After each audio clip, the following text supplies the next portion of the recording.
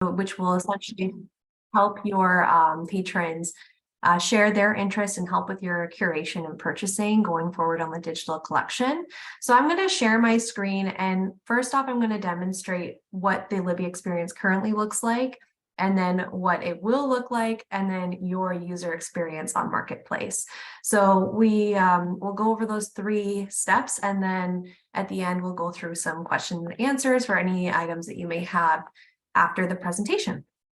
So just share my web browser here.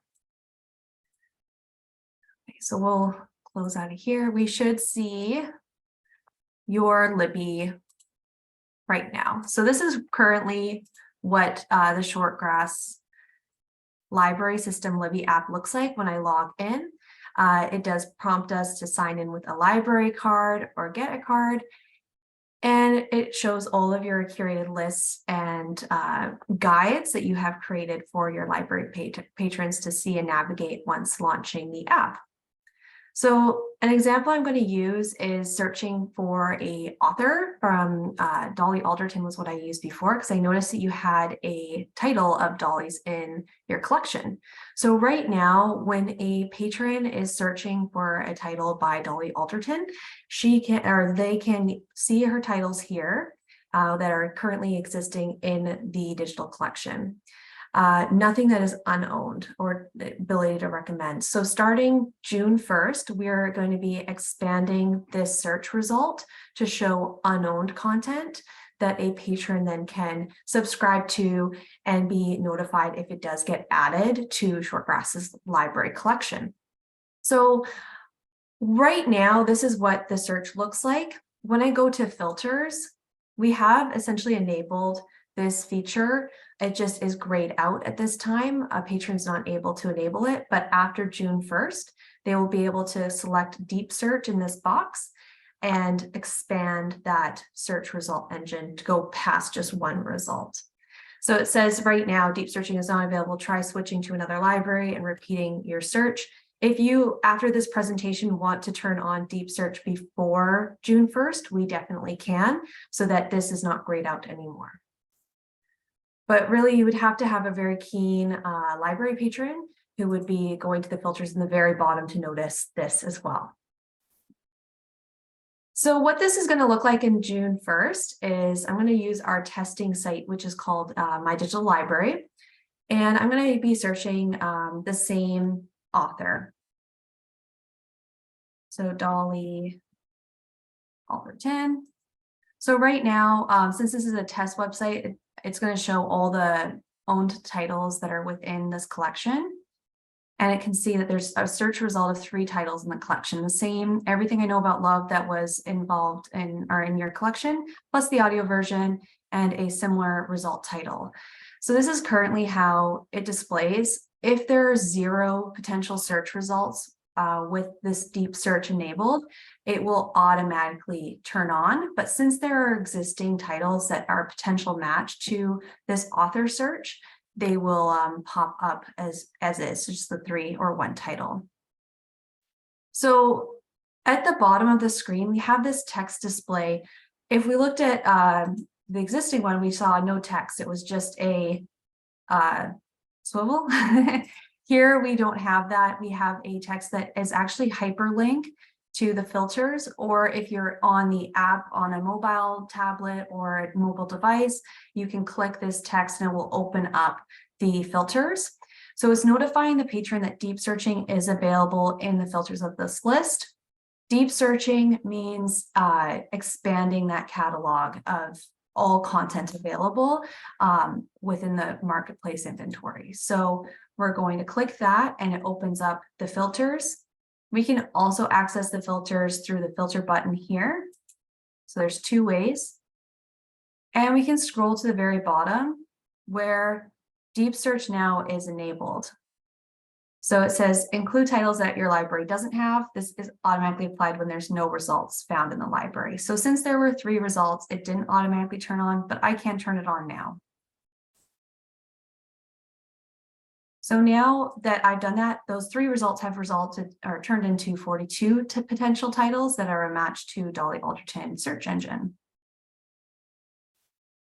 So here immediately it's going to show us content owned near the top, but then also unowned titles too that a patron can discover.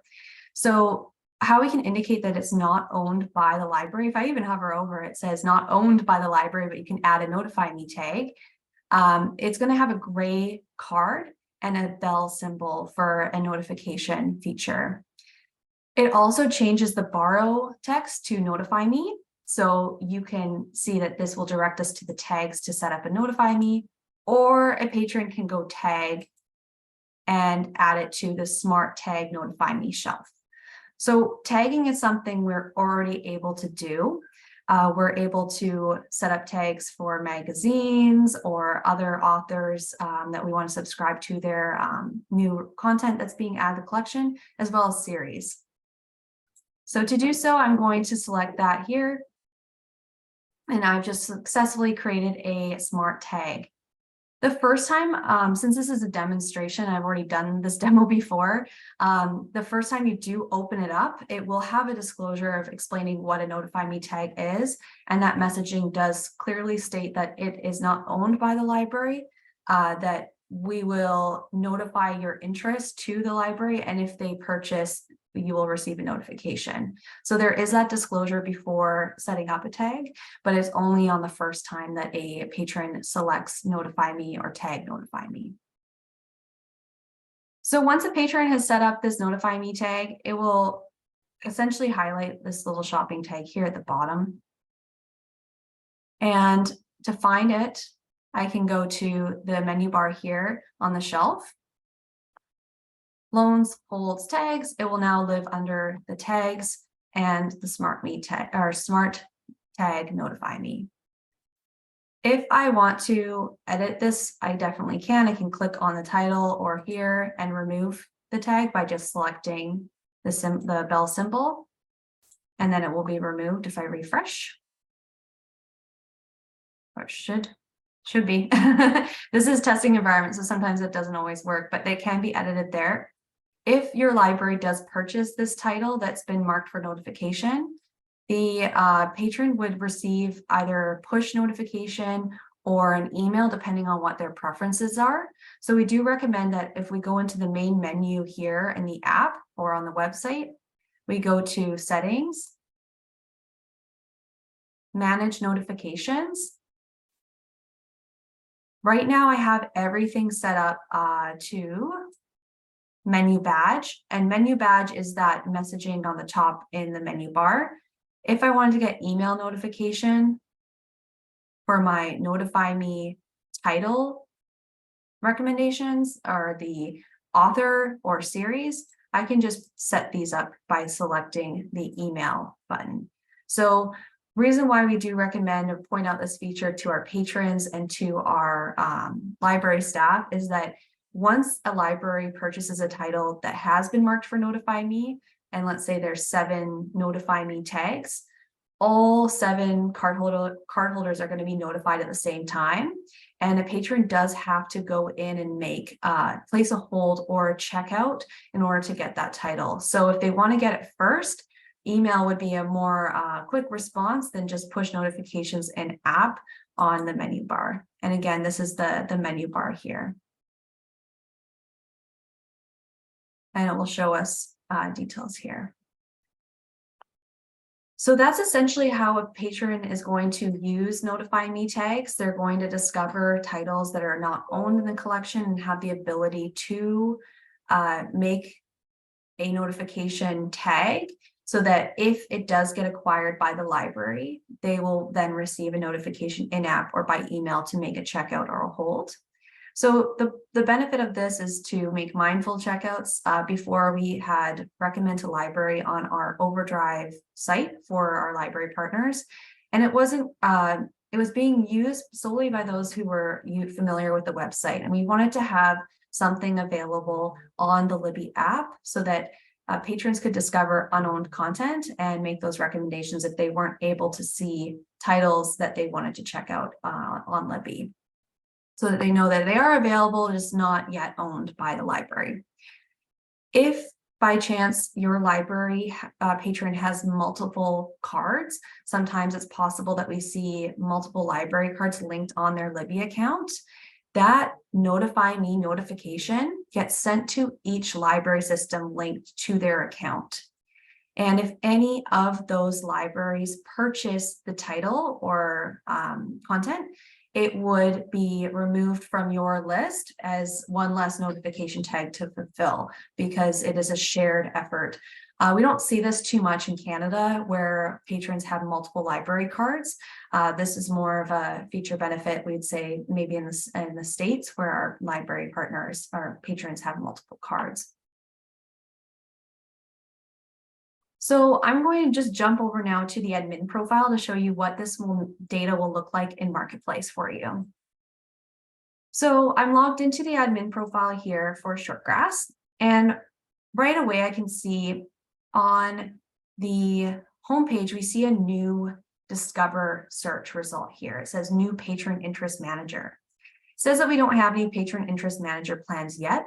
And that's because we haven't done this demonstration or launched Notify Me Deep Search yet. So that is totally fair. So to create a patron interest manager plan, we can go ahead and click here, or we can locate this shopping tool under Shop, Purchasing Tools. And it's now under Purchasing Tools underneath the Holds Manager, Patron Interest Manager. So this gives a brief description. In Libby app, patrons can add their Notify Me tags to titles they're interested in that aren't in the library's collection. You can create plans to review tag titles and create automatic carts from. So this is essentially a tool to capture that patron interest and create automatic carts for those with purchasing permissions into your collection. So we're going to click into here. And I'm going to show you exactly the filters of this list. So you can manage on this homepage, there's a table here where you can manage multiple lists. In our test pilot, we've seen partner libraries that have created perhaps a YA list for Notify Me tags, juvenile and nonfiction adult and fiction adult. So that's an idea. So we can create a plan. And I'm just going to call this plan test because we're not going to keep this here. So just to understand user demand and budget, if we have a minimum of 1 Notify Me tags, we may get a surplus of content being requested, and that may not be manageable if we're seeing lots of usage. So some libraries have opted into minimum amounts such as 3 or 5 in order to maintain budget. So you can edit that in here, a minimum and a maximum number of active Notify Me tags to populate. You also have the ability to exclude titles based on price. So if you have a cap budget on nonfiction titles and you're creating a nonfiction patron interest manager plan, you can put that dollar amount here.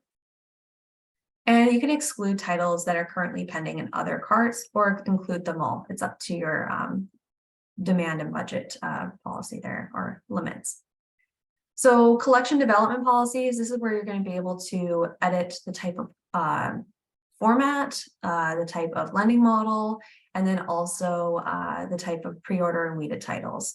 So as Deep Search does expand the search to everything available on Marketplace for a patron to view, pre-order titles and weeded titles will show up in a Deep Search result for a patron to see. So that's something that if you have a policy where you don't want to purchase weeded titles, you can exclude them from any patron interest manager plan, so to avoid repurchase. We do recommend excluding these audiobooks, as it does sometimes create duplication, as there are multiple different type of formats and licenses available for titles. So there's just tips and tricks when we are creating these lists.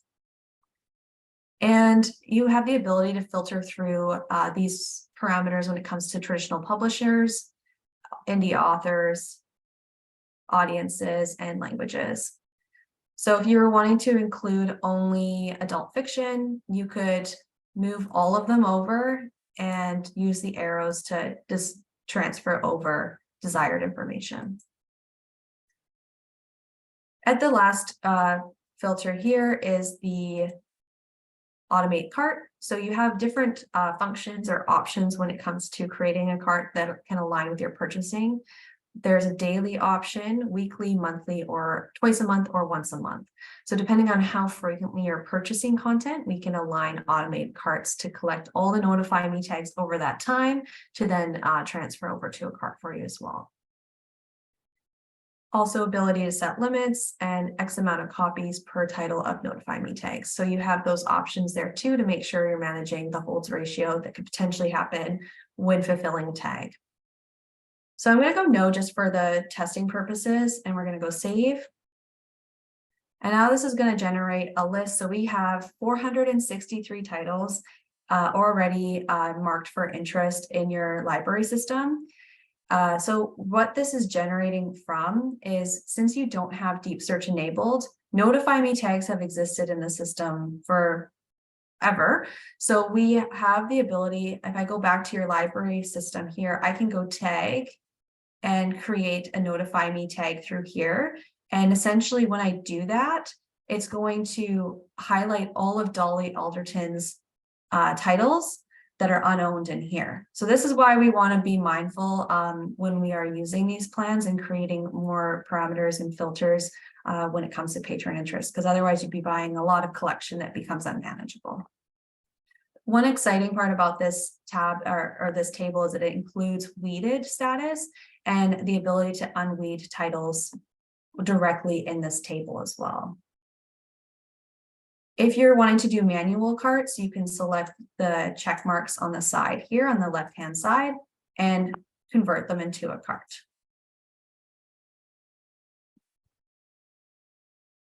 So this is a resource to automate patron interest to a cart, fulfill those needs. Once you purchase it, the patron then would then get a notification in this menu bar that it's been added. They would have to go see details and make a checkout or place a hold on that title. Another way that you're going to see patron interest on titles here, I'm just going to click about that night. We're going to see, or it doesn't show on here yet, but when you, after June 1st, you're going to see a tag symbol and it will show you how many notify me tags have been made when you're looking at title by title in there as well. So I'm going to show you one more thing before we take it back to questions. Under Insights, we've now added a new filter. So we go Insights, Patron Interests. This usually in the past has shown us lists and campaigns. So to see how engaging checkouts and holds have been based on the menu bar or the lists that are displayed on Libby and the website. So we have these data and analytics available. At the top, we can go filter activity. And we have a new content dropdown called Notify Me Data. I'm just going to show the last 7 days. By clicking update, it's going to show me the titles with the most interest and titles that are not in the collection with the most notify me tags. So these are series or author tags that your patrons have made that have triggered unowned content in the collection. So we can view all details by clicking this here or using the arrows to browse all of the titles. In the past week, 56 have been made for patrons that have marked a notification. Purchase impact, we haven't made any purchases to fulfill these tags yet. Notify me usage. So this is showing me all the tags that have been added by your library patrons on each individual day in the past 7 days. And if we just hover over the grid on the dot here, we can see the total number of tags added and the number of tags satisfied. So maybe unknowingly we satisfied a tag without a purchasing plan there for a library patron.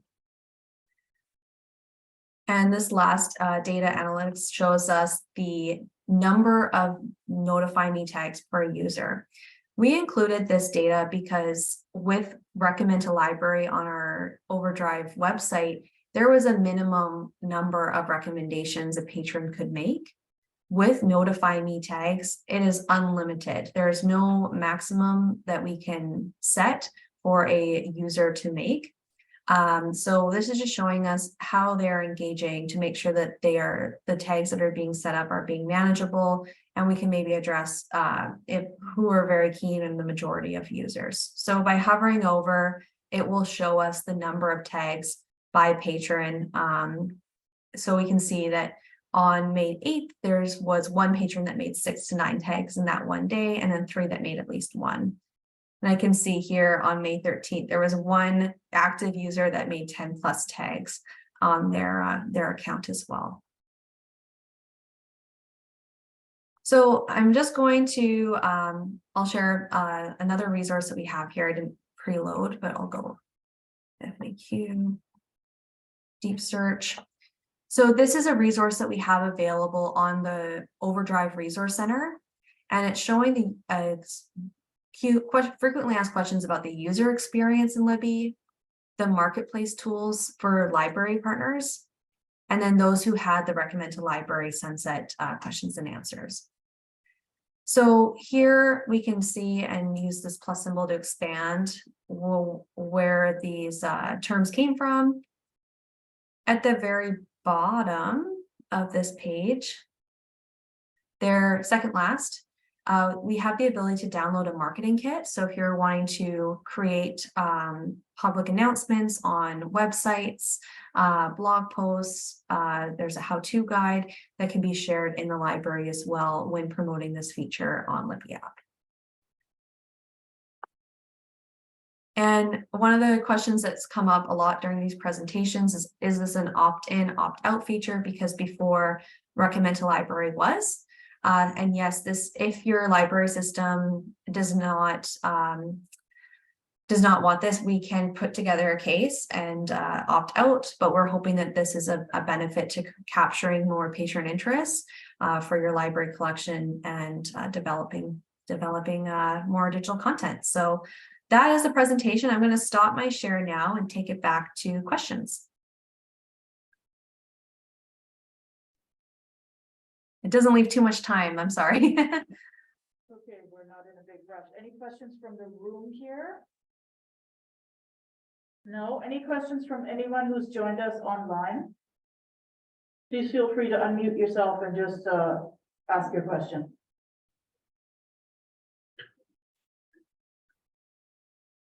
I'm seeing nothing, Emily. I think your presentation was really comprehensive and everybody understands what you were saying. There might be questions later or within the next few days or after June 1st, once they start answering patron questions, you know? Absolutely. Yeah.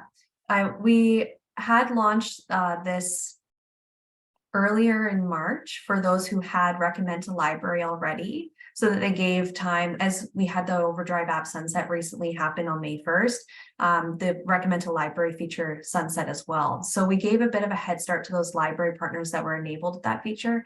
And so far, the feedback has been good. They haven't had too many questions. Library patrons have naturally picked up this feature and been using it and are so far happy. So we're really hopeful that this will transfer over to be a success for your library system too. But that being said, if you do have any questions, your Overdrive team is myself. I'm your account manager. I live in Port Coquitlam in BC here and working the same time zone as you. I'm doing like an 8 to 4 my time. So I believe that's your 9 to 5. So I'm readily available. And supporting your library is also Leanne Hanlon as the product support specialist. So if you do have any technology questions, support that needed, Leanne would be a great contact. And then Erin Kane is your digital content librarian with Overdrive. She can do curation and selection for you as well, which she does already. So Maria, I think, is covering while it's almost back from mat leave. So yeah, we're here to support you, and thank you so much for your time, and it's nice to see everyone. Yeah, thanks so much for joining us and for providing this presentation for everyone. Thank you. Great. Cool. Well, I will take off. Everyone enjoy the last 5 minutes of the meeting and enjoy the rest of your day. Okay. Thank you. Bye. Bye. So now we can stop the recording, and the folks who were only joining